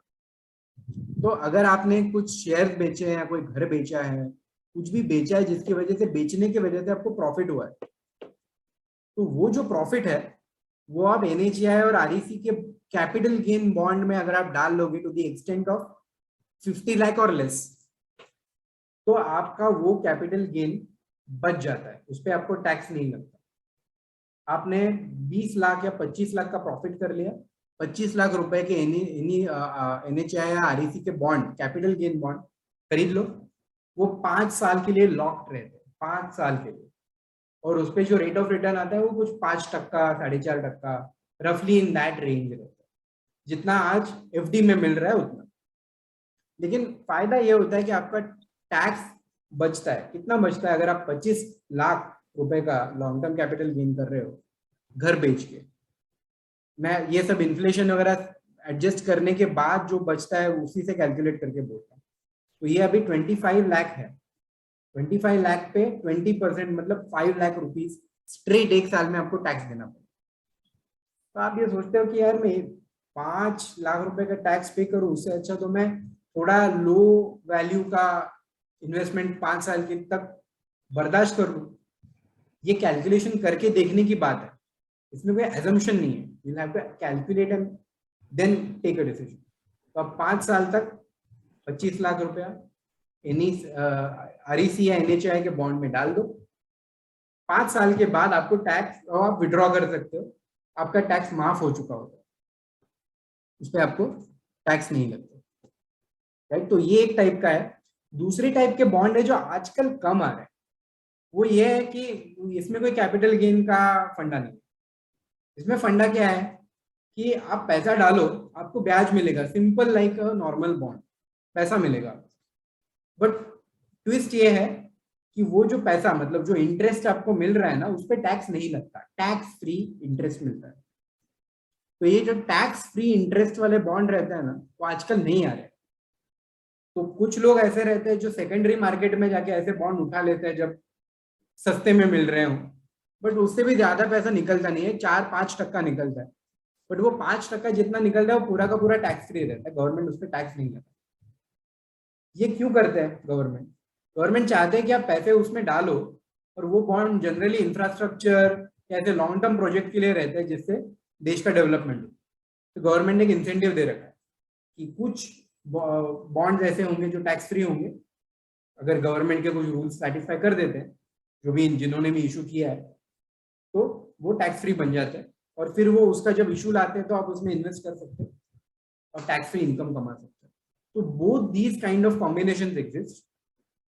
REC और NHAI की आप बात करोगे तो जनरली वो कैपिटल गेन बॉन्ड ही होते हैं, but REC and NHAI tax free bond भी, जो टैक्स फ्री इंटरेस्ट वाले भी इशू करते हैं, और दूसरे इंस्टीट्यूशंस भी है, जैसे कि Indian renewable energy development agency, IREDA, या फिर IRFC, Indian railway finance corporation, PFC, power finance corporation, ये सारी इंस्टीट्यूशंस हैं जो कभी कभार टैक्स फ्री इंटरेस्ट वाले बॉन्ड भी लाते हैं. They are very much recommended because they are tax efficient, but they are recommended only if वो आप IPO पे खरीदो. अगर आप सेकेंडरी मार्केट पे खरीद रहे हो तो इतना प्रॉफिट नहीं है. अच्छा, another question that I'm getting from Subhash Kotian, is it safe if I keep FD of 5 lakh each in 3 or 4 nationalized banks? It is safe. अगर आप 3-4 nationalized banks में ऐसे पैसे डाल रहे हैं तो to start with, आज तक का ट्रैक रिकॉर्ड ये है कि गवर्नमेंट ने नेशनलाइज्ड बैंक्स को कभी बैंकरप्ट होने नहीं दिया. ये आज तक का ट्रैक रिकॉर्ड. और नेशनलाइज्ड बैंक ऐसी सिचुएशन में आई है क्या कि वो बैंकरप्सी के मतलब थ्रेशोल्ड पे खड़ी हो जाए? हुआ है. पंजाब एंड सिंध बैंक का हुआ है, या पंजाब एंड सिंध बैंक का हुआ है, इंडियन बैंक का भी हुआ है, यूको बैंक का हुआ है, अगर आपने अर्ली 2000s की वगैरह न्यूज पढ़ी हो. But government has bailed them out, और government has told them that okay, आप bankrupt नहीं होंगे, but will put you under prompt corrective action framework. prompt corrective action क्या होता है कि आप जितने लोन्स अब तक आपने दिए हुए हैं बस उतने ही दो, अगले 3-4 महीने, 5 महीने, 6 महीने तक आप लोन दो ही मत. जितने लोन दिए उतना कमाओ, बाकी का जितना आपका पैसा है वो बॉन्ड में इन्वेस्ट करो. तो गवर्नमेंट क्या बोल रही है, फ्रेश NPA हम लोग नहीं होने देंगे, क्योंकि आपने लोन किसी अनाप शनाप किसी को भी दे रखे हैं तो आपको लॉस हो रहा है. फेयर इनफ, आपको लोन ही नहीं देने देंगे, आप बॉन्ड में गवर्नमेंट को ही पैसा दे दो, तो उससे आपका जो भी मार्जिन निकलेगा वो निकलेगा, बट एटलीस्ट आपका लॉस तो नहीं होगा, NPA तो नहीं होगा. तो ऐसे prompt corrective measures, prompt corrective action framework में डाल के गवर्नमेंट नेशनलाइज्ड बैंक को बाहर निकालती. तो अगर आप 5 लाख के ऊपर भी पैसा डालना चाहो इन नेशनलाइज्ड बैंक तो it is considered safe. But अगर आप प्रॉपरली सेफ होना चाहते हैं तो आप क्या करोगे, जो गवर्नमेंट का इंश्योरेंस है 5 लाख रुपए का रहता है, किसी भी बैंक में आप सेविंग अकाउंट और FD मिला के जितना पैसा डाल रहे हो वो 5 लाख तक है तो आपका पूरा का पूरा पैसा इंश्योर हो जाता है. अगर 5 लाख के ऊपर है तो only to the extent of 5 lakh insure हो जाता है. तो आप नेशनलाइज्ड बैंक्स में या प्राइवेट सेक्टर बैंक्स में आपका डिपॉजिट 5 लाख पे रिस्ट्रिक्टेड रखो if you want to be completely safe, और आपका डिपॉजिट आप डिस्ट्रीब्यूट कर दो. That will add to your administrative burden. 4 अलग बैंक्स में जाना पड़ता है स्टेटमेंट की अगर नौबत आए तो, राइट. ये 4 अलग बैंक के डेबिट कार्ड, अपना वॉलेट पूरा इतना मोटा हो जाता है, ये सब तकलीफ होगी. बट ये सेफ है, it's a good practice. I definitely recommend this, but on the other hand, I don't fault those who don't follow this practice. एक बैंक में 10 लाख रखना, अगर वो बैंक अच्छी है, बाय अच्छी आई मीन या तो वो नेशनलाइज है क्योंकि गवर्नमेंट उसको बैंकरप्ट होने नहीं देगा, या फिर ये ऐसी प्राइवेट सेक्टर बैंक है जो बहुत अच्छी फाइनेंशियल स्टैंडिंग रखती है. HDFC bank, to certain extent ICICI bank, Kotak Mahindra bank, these are the kind of banks which are having good balance sheets. अब यहाँ पे 5 लाख के ऊपर पैसा रख सकते हो. बट अगर आप स्मॉल फाइनेंस बैंक्स में रख रहे हो, my advice, restrict it not just to 5 lakh, restrict to 3 lakh. Small finance bank में सेविंग अकाउंट में 5%, 5.5% भी इंटरेस्ट मिलता है, बहुत ल्यूक्रेटिव. बट वहां पे रिस्ट्रिक्टेड रखो क्योंकि उन बैंक्स का आप बता नहीं सकते क्या हो सकता है. Adit, let's just restrict the answers. We are running out of time. Sure. And we are getting questions, so just let's keep the answers crisp. Yes. Yeah. Any other questions we have? Anything? We have we have 2 questions, and let's wrap up after those 2 questions. Yes, sure. So Mangesh has asked one question: is it advised to have small drip of monthly cash going in short-term funds, SIPs, or if we have aggressive financial goals, in addition to channeling a good amount of monthly revenue on the funds giving good returns? Sure. So long answer short, if you have aggressive financial goals, short-term funds are not recommended either by in lump sum or as an SIP. So keep your funds in FD if you need to keep them safe. If you need to achieve those aggressive goals, invest in SIP through mid-cap funds or large and mid-cap funds in that combination if you are slightly risk averse. That's long answer short. Okay. Pushkaraj has asked, I think it's a really a big answer for that question, but you can just answer in short. Can you discuss the impact of rise in the interest rates by RBI on returns from different instruments like FD, equity, mutual funds, and debt mutual funds? Okay. So again, keep it lightly crisp. When RBI increases interest rates, what happens? Bank cost increases. So borrower's cost, bank transfers that cost onto the borrower. Borrower's cost also increase. Many of those borrowers are listed companies in the stock market. उनकी cost बढ़ जाती है तो उनका profit कम हो जाता है. Profit कम हो जाएगा तो स्टॉक मार्केट गिर जाते हैं, क्योंकि ultimately we respond to profits. If a company is making higher profits then last year, उसका स्टॉक बढ़ना है. अगर उसका लास्ट ईयर से कम प्रॉफिट हुआ, लास्ट मंथ से कम प्रॉफिट हुआ, तो उसका स्टॉक गिर जाता है, right? RBI repo rate increase is negative for markets, negative for stock markets, negative for bond markets as well. Rate decrease is considered to be positive for both, क्योंकि लोग ज्यादा लोन लेके इन्वेस्टमेंट करते हैं इन bonds, इन stocks. ऐसे बहुत लोग हैं कि जो कर्जा लेके इन्वेस्ट करते हैं, और ऐसे भी काफी कंपनीज हैं जिन्होंने बहुत सारी बोरोइंग करके रखी है. अगर मेरी बोरोइंग कॉस्ट कम हो जाती है, मेरे प्रॉफिट बढ़ जाते हैं बिना कुछ किए, राइट? तो मेरा प्रॉफिट बढ़ गया तो मेरा भाव बढ़ गया. This is in a nutshell the impact of repo rate increase. Now coming to FD. FD में क्या होता है, बैंक्स जनरली कंसीडर कि मेरा जो बढ़ा हुआ कॉस्ट है वो मैं कहीं से तो रिकवर करूं, तो मैं मेरे एफडी के रेट कम कर देता हूँ. रेट कम करने की वजह से मेरा मार्जिन थोड़ा बढ़ जाता है एज अ मार्केट. बैंक तो बिजनेस है और एफडी का इंटरेस्ट जो देता है बैंक, वो मेरा कॉस्ट है. तो वो कॉस्ट मेरा कम करने के लिए एफडी के इंटरेस्ट कम हो जाता है. When RBI decreases rates, if RBI increases rates, banks resist increasing FD rates to the extent possible, but sometimes they have to increase the rates slightly. So RBI increases rates, FD rates could increase. RBI decreases rates, FD rates could decrease. That's the answer. Okay, and last question for this session we will have, that is from Advait. Is it a good idea to switch from debt instruments to gold bonds, which is supposed to be hedge against information, gold ETFs inflation?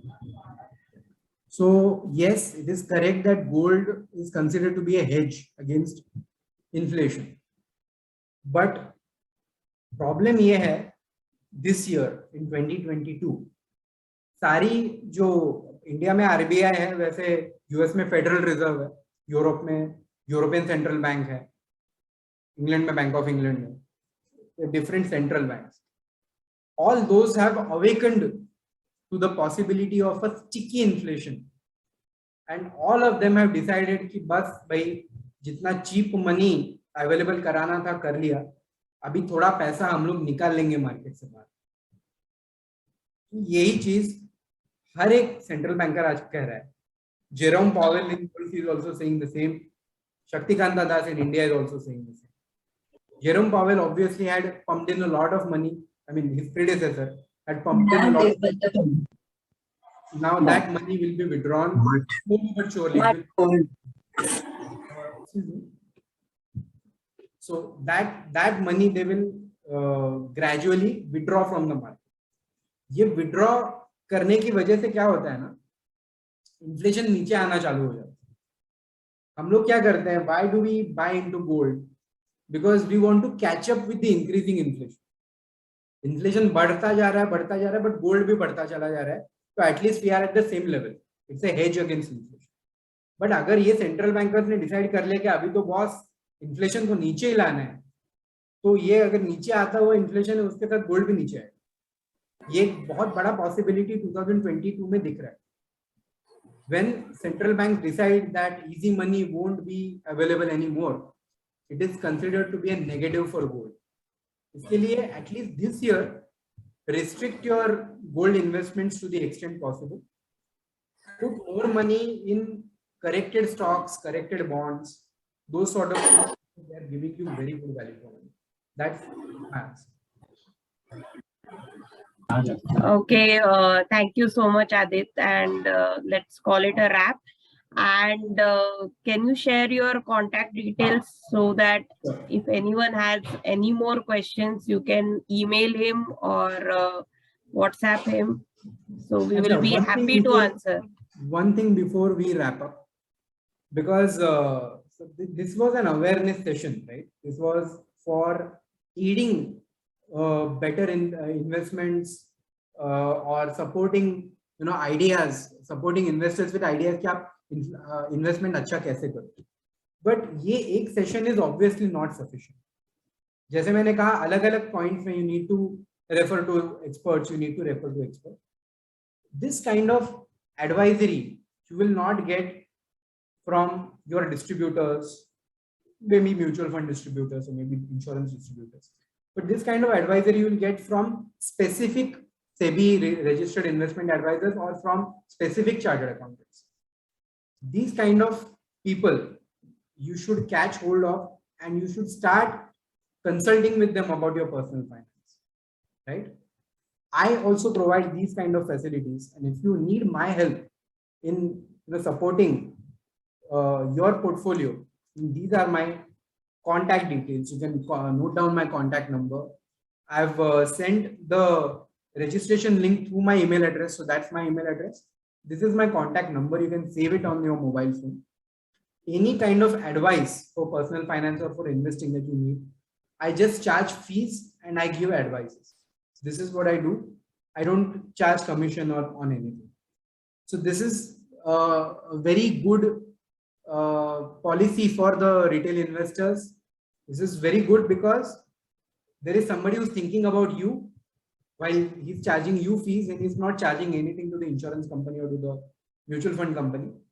He's charging money to you and he's answerable to you. So that way, this is a very good arrangement. Do consider availing a fee-based or fee-only financial planner services.